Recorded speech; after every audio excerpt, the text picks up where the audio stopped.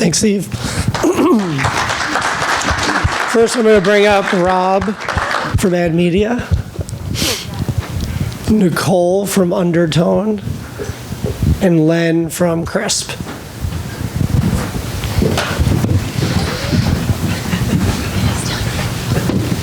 Oh, Steve, we need your mic. Somebody needs this. Thank you. So I got here last night, and I was like, I'm just going to go to bed. And that obviously never happens when you hit Vegas. So we had a little bit of a controversial discussion last night at the blackjack table around midnight.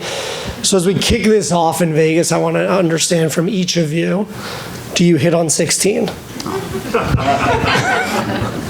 Against a 7 or higher 100% of the time. I don't know. I'm not a big gambler, so I'm going to say no. I'm going to keep it safe. Against a 7 or higher, yes. Everyone just always hit. Period. Always hit last night.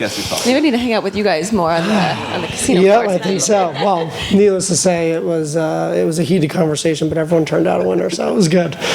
So I want to kick this off. We're talking about media trends, just trying to understand what we typically do. Where's investment going next year? And I think we've got a good array of people up here to talk about this. But, I'll kick this over to you first, Len, since we just talked about this.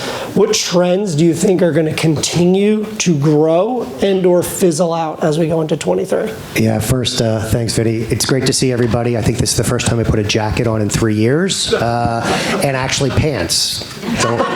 This may be on YouTube, so maybe I should. You can cut that comment. I think that there are so many things going on in the ad tech swirl and advertising in general. There's the rise of retail media. Everybody has a retail media network. Is that going to last? I think there's going to be consolidation. I think there needs to be some normalization of how do you buy across these platforms? How do you measure across these platforms? What does success look like across these platforms? I think that's one. Two is, I don't know about you, but every time I talk to our CFO, it's how can we be more efficient? How do we do more with less? 2023 is going to be a year of retrenchment. So how do we make our advertising work harder for us? How do we get in front of the right people at the right time, the right place, and the right device? Something we've heard about for decades now. And I think there are technologies and there are data that enable us to be more efficient. One of them, a little bit of a plug, and then I will move on, is Crisp is a data company, and we've got access to about 40 retailer data sets. And why would you ever advertise where your product is out of stock? It's just sort of simple, right? Like that's the most basic one. You've got a lot of opportunities to make your advertising more efficient, make you look like a hero, and make your CFO smile. Go ahead, Nicole. All right, I can go next. I agree with those as well. I also think that advertising with a purpose is going to be a huge focus again in 2023. So consumers are looking for brands that align with, their moral compass, that are doing things with authenticity. So that's definitely going to be a focus for us, as well as further investment in ESG and minority-owned publishers and supporting those publishers and giving them a stage that a lot of the big publishers have had in the past. So that's definitely what we're focusing on going into 2023. Agree with all of that. To add, I'd say from a performance marketing perspective, I think innovation and incrementality will become even more important. Take paid search, for example. We have a lot of clients that tell us that their CPCs have increased anywhere from 30% to 200%, year over year, while there's kind of oversaturation in the major engines, but their budgets are remaining the same and their goals are the same with much higher CPCs. It doesn't add up. So I think brands need to be open to new partners, looking for new opportunities outside the major engines, other more innovative placements, partnerships, ways to reach their audiences, and more testing, on a regular basis, and kind of stick with what's working. Len, you hit a point that I'm going to go back to. I'm going to go a little bit out of order, but I'm going to have Nicole start with this because I know where you stand. But everything seemingly is becoming an ad network, and obviously retail media networks are the new thing. How do you kind of see this playing out, and what role do you see your company and Undertone playing as it relates to the retail ecosystem? Yeah, so we are a network, by our history. We've been a leader in the high-impact creative space for many years, but we've always played a really unique kind of middle, I'd say a space in the middle between some of these publishers directly and then some of the bigger retail media networks that are building. And I think we'll continue to kind of, evolve in that middle space. We're creating partnerships with some big leaders in the retail space, such as smart commerce, which are allowing our brands and partners to, add products to their cart within a single click, which is awesome. So I think we'll recognize those that are doing it best in this space and invest in them. But we're also building out things internally. So we've built an entire AI engine that is able to do feed agnostic, partner agnostic and feed agnostic pools within our high impact units, dynamic creative personalization that's limitless, so pulling in all the different products at different retailers that are available or not available, and doing that within a matter of seconds. So I think that we see the retail media networks coming, and we want to find a way that we can continue to deliver these creative high impact experiences while still staying true to what we do, but also evolving the way that the industry is evolving. Where does AdMedia stand in this? Yeah, so retail media networks, or retail media has been around for a long time, just in different ways, and there's a lot more opportunities digitally.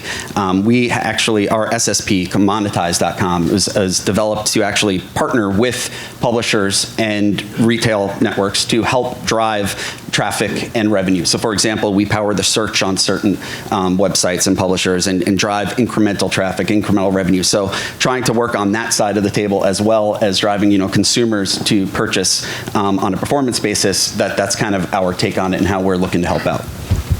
Len, I know this is near and dear to your heart. So we've seen this game before, haven't we, in retail media, right? Like it's an ad network, and now we've got ad networks of ad networks, and there will be consolidation, and there will be survival of the largest, I think. Do we really need retailer X, that's the 450th largest in the US, having a retail media network?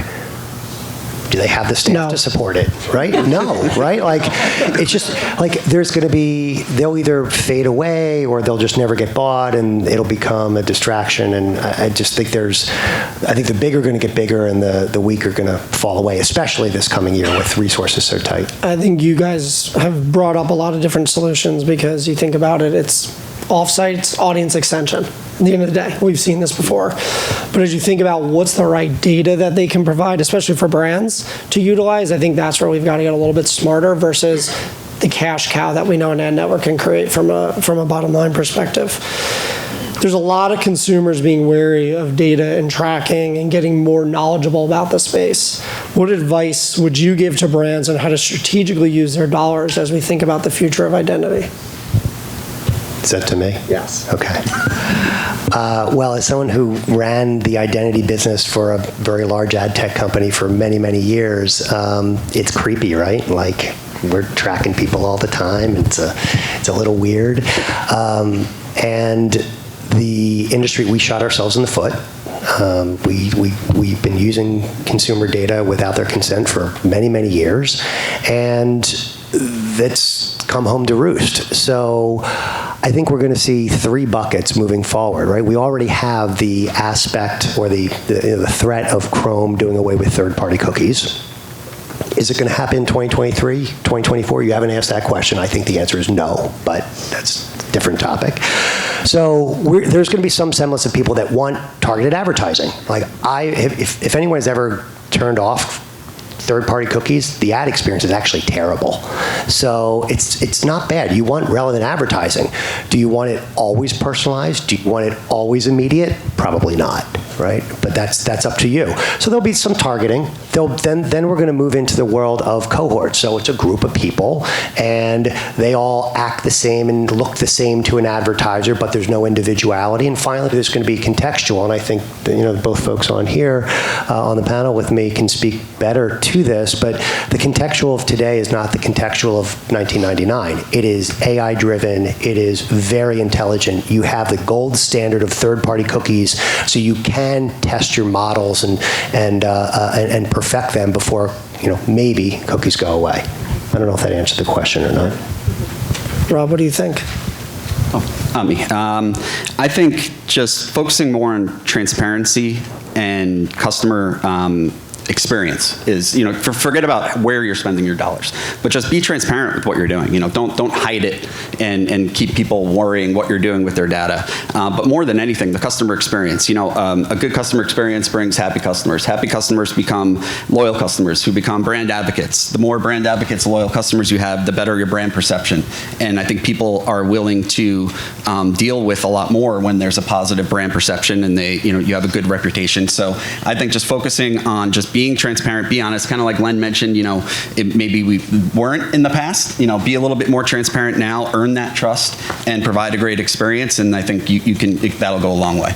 And Nicole, you can answer this, but then kind of dovetail into another question that we were talking about is, where does contextual play a role in the future within this? Yeah, absolutely. I think data is really only one piece of the consumer experience within, the life cycle of getting them to see your ad and then purchase your product at the end of the day. So we invest really heavily in creative, and I think that's something that brands need to continue to do as well, is invest in creative that's going to engage your consumer, create some sort of emotional response with your consumer, create that brand experience that wants them to take that next step and, purchase your product or consider your product. So in the contextual space, this is definitely going to play a huge role as we kind of look towards the depreciation of cookies, which I agree with you, it's not going to happen this year, probably in 2024. But contextual, it's great. You can align with keywords or not align with keywords, but I think that data and intelligence is going to be key in that area. So things like, semantics. Are we aligning with contextual in a way that's able to pick up if this article is a positive tone or a negative tone?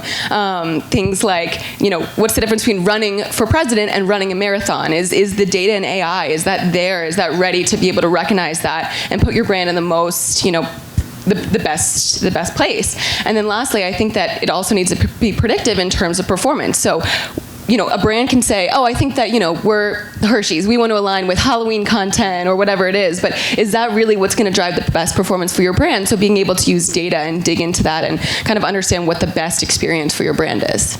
Everyone buys chocolate on Halloween. It's funny, it's our Super Bowl, but it's hard. Like, is it right to just target Halloween content? Because everyone's already buying chocolate. How do you find those incremental opportunities that you were talking about earlier? Hey, Vinny, before you jump in, we've spent, I think, the last, X number of minutes talking about targeting, and that's great. But when the deprecation of IDs, that means measurement goes away. So even if I can somehow use contextual to put the ad in front of the right person at the right time, I still want to be able to measure that. How do I do that? And do I do that through point of sale systems? Do I do that through, what are the techniques and opportunities to recreate measurement in a way that is not necessarily one-to-one, or if it is one-to-one, it is consented, opted in one-to-one? That's a good call out, and we're not going to go into clean rooms right now, but I think it's an important call because measurement is obviously very key. On top of that, though, Nicole, I'm going to go back to you just as we think about it because you mentioned it. But when you think about creative and media, do you see a lot more of that coming back together? Because I feel like over the last few years, we've disseminated those two things. We've gone data and targeting first and forgot about the creative aspect of it. A lot of times you talk about left brain versus right brain. How do you bring those two things and find that common ground in the middle again? Yeah, absolutely. This is really the intersection. We sit between the data and the science of advertising and creating these experiences that consumers are going to want to engage with and remember. So we did a study recently with Lucid that showed that consumers are more wary that your ad is following you and they're being quote unquote stalked. So consumers are noticing, and we need to find a way to create that more authentic connection with them. And we think that that's rooted in creative. So investing in creative, investing in different versions for different target audiences, personalization of creative, being able to pull in things like weather targeting. If it's 50 degrees in Florida, are you going to be pushing sunscreen like you usually would, and being smart about that, and being able to make that authentic connection that I think consumers are starting to notice and understand. So I think creative will continue to be, a driving factor there. And on the left brain versus right brain, creating that emotional response from your consumer, whether it's positive or negative. If you're just, engaging a consumer with a neutral ad that they don't care about, they're going to forget you 5 minutes later. So creating some sort of response that allows you to say, okay, I've built this connection. I'm starting to build this connection with this brand is super important. How do you guys look at it at AdMedia? Yeah, I would say, contextual has always been very, valuable, important, performs well. But when you combine the context with the data and the creative, that's where it could get really powerful. So for example, you have someone, you're working at a cosmetics brand, and it would be great to have your ad next to an article that's relevant to your product. But if you also had, the buying intent of the user that's arriving on that page, and that they were recently searching for high-end cosmetics, that might change what you offer to them, or change the creative, or change the product. That's where that kind of combination comes in, and it's super powerful. And we, at AdMedia, that's kind of been our biggest bet the last 5 or 6 years. We've built out contextual.com, which is our first-party data. And whether the third-party cookies go away in 23, 24, who knows? But we've been planning on them going away at some point, so that we don't have the reliance on them. And believe that all brands should be doing the same, because at some point, someday soon, that will be gone, and you'll need to come up with the alternative. We tend to go to a lot of these events. We hear a lot of the same things on a lot of stages. So we're going to preface this with, it's the year 2025. Are we asking the same questions still? Or have we actually made progress as an industry and moved things forward? Len, I'm going to start with you. Where do you see us in the next 3 years from a trending perspective? We're not going to have the same conversations, because that right is either going to be taken away from us by a Google or an Apple or whatever, or it's going to be taken away from us by the regulators and the legislators. So we're going to have to reinvent the way ad tech is done, and advertising is done, digital advertising is done. I think we're going to continue to see, so that's number one, trend one. I think in 2025, we're also going to see the current bifurcation of CTV and linear go away. There's just going to be long-form video or short-form video. And a screen is a screen. A screen is a screen is a screen, right? And whether it's 15 seconds or 15 minutes or an hour and a half, it's a screen. And there are going to be lots more advertising opportunities, maybe for better, maybe for worse. But I don't think we're having the same conversation, at least I hope we're not. Rob, what do you think? Phil. Phil, sorry. Sorry. He couldn't get here. Rob I was supposed to be Rob. Yeah. That's Rob. With a little more hair. No, I would agree. We won't be having the same conversations. Just like you said, I think that decision will almost be made for us in a way. And I also think that a lot of brands will proactively, tech companies, data companies will proactively, come up with other solutions and other alternatives in the meantime that might actually perform even better. The other thing that I think will be interesting is between now and then is the whole AI piece of it, and how does that come in, and what happens there. We're still early, but it's pretty incredible. You could see some of the things that you could do already that 3 years from now, who knows? Spend any time with ChatGPT? I have. Yeah, it's incredible. Fascinating. Yeah, it is fascinating. I agree.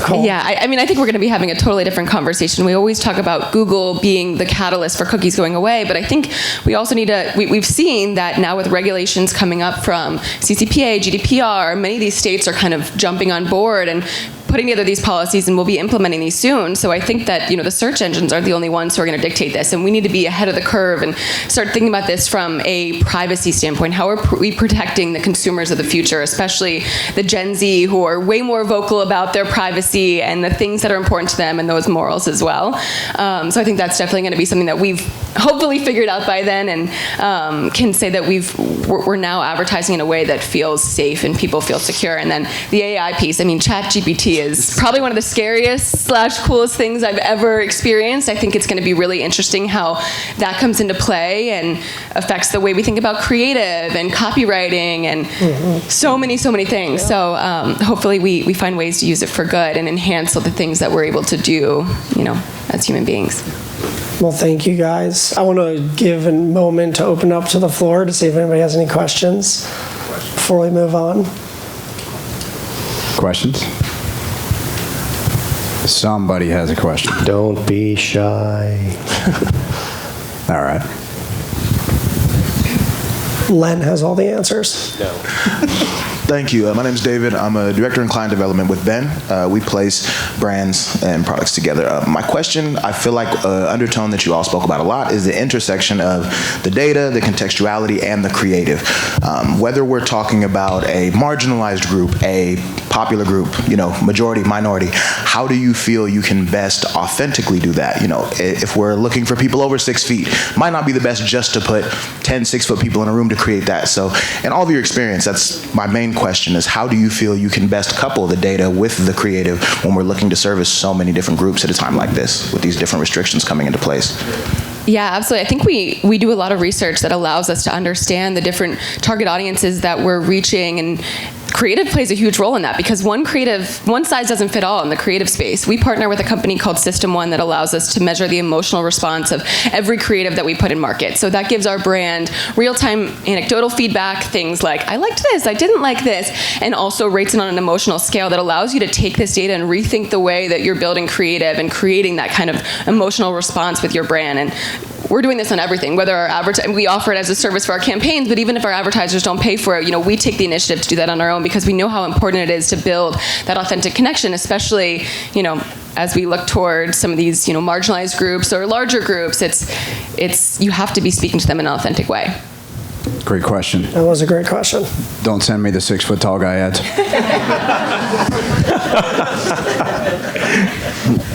I'm Chris Noble. I'm with CARE. We're a global nonprofit that works with women worldwide mostly, and kind of want to go back to what you said first as a trend. We see a lot of action. We work in humanitarian context and in supply chain to fight gender-based violence, things like that. So we see a lot of real work by our partners, actually like Hershey, so thanks, right, to really kind of fight the good fight and do that ESG and Sustainable Development Goals work. How do you see that work, that's real world work, translating all the way to the consumer as you're trying to grab those threads of authenticity and pull them together to get to that audience? I mean, I can go anywhere. I'm just going to piggyback on that because I think it's a really important topic. And it goes back to, I think, Len, you mentioned efficiency earlier. You can't build a brand if you don't tell your story and bring that to life. And if you're constantly just hitting everyone over the head with 3 to 6 second ads, how do you actually bring that to life? And it's one of the biggest things, and I was actually talking to a few people about this last night. It's so near and dear to me, and I've come from a programmatic background, and I'm not the creative lens, but when you start thinking about that and you have authentic brands and you think about a consumer, how do they fall in love with your brand over and over again if you don't tell your story? I think it's really important. We don't do enough of that in our creative development. Something that we're really focused on as we think about where we're headed from some of our creative campaigns. But at least from a brand perspective, it is a really important question and topic to eliminate the efficiency discussion from actually understanding the consumer mindset behind it. But I don't know if you guys want to add on top of that. Yeah, I completely agree. I think that's part of the purchase funnel, is you have to educate your consumers on what your company stands for and who you are and some of the great things that you're doing, and that's just only going to influence them more when they're in that kind of consideration and intent type mindset. So I think utilizing funds in some ways, maybe you're battling against the efficiencies to tell the story, but I'd be curious if research supports that that ends up driving more and more revenue for you down the line. Great. Not going to run yet. 6-foot ads, I guess. The ads were for him. Hi, my name is Brian Chapp. I run a consultancy that activates media called Tech Recipes. I was just wondering, how do you create brand experiences in a world of compliance and privacy?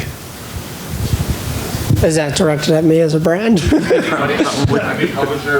It's a huge challenge when you try and think about it. I mean, the whole consumer experience right now is upended because we're trying to figure out how to even best put our brand in front of them when you've got different compliance issues, whether it's through a targeting capability, whether it's through using any DEI initiatives where you kind of bring a targeting capability in. You're always under this kind of spotlight or lens that you're trying to be or forced into compliance when really you're just trying to do what's best for your brand and the consumer behind it.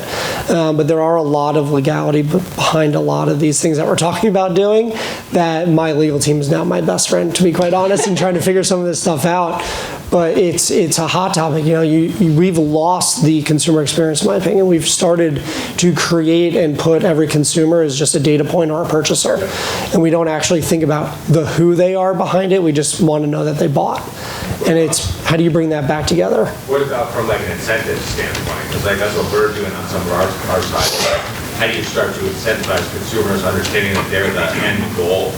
But that's very hard to do because you're right, it turns into a data point. It's like user X is buying 50 of these things. I mean, for us, it's like, give me your email, here's a free chocolate bar. It doesn't really work, at the end of the day.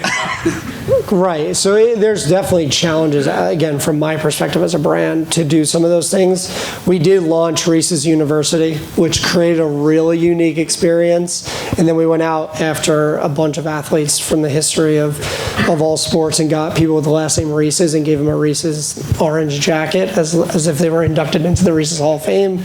So like, there's ways to create that experience in a way, but it's a challenge for brands, for sure. I don't know if you guys have anything else to add there. I think we have time for one more question. No? Well, all the way in the back. All right. Now you gotta Now I got to now you have hustle. to Now I run. got to hustle. Thank you. Hi guys, I'm Chris Yoro from Yelp. I run our agency development team. I just had a question about measurement and attribution because you guys mentioned the fragmentation and all of these ad networks, the RMNs proliferating, and we've got pixels which are probably going away. We've got IRI, we've got LiveRamp. And CPGs, retailers, they all want to track purchases, whether that be in store or e-com. What are your thoughts on the best way to measure? I know that's a complicated question when there's so much fragmentation out there. Len, I'll let you start with this one.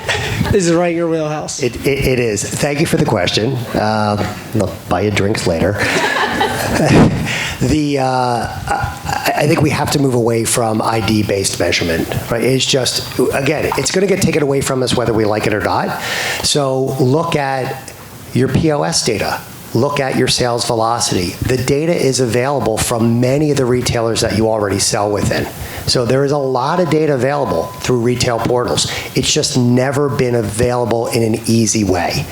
Little commercial for us, but like that is the answer. The answer is, I think, look at actual in-store and e-com purchase data. Look at your geo-targeted impressions and look at what the ROI is. You can understand lift if you have historical sales information as well. So you can see, what did seasonality do? How did my promotion do? What is the effect on in-store and e-com sales? What is my new sales velocity off this? So I think we need to start thinking about this in a very, very different way. There will be some one-to-one available, and I think that will be a reference set. But I think everything else is going to be either non-ID based measurement, or we continue to work with panel-based solutions, which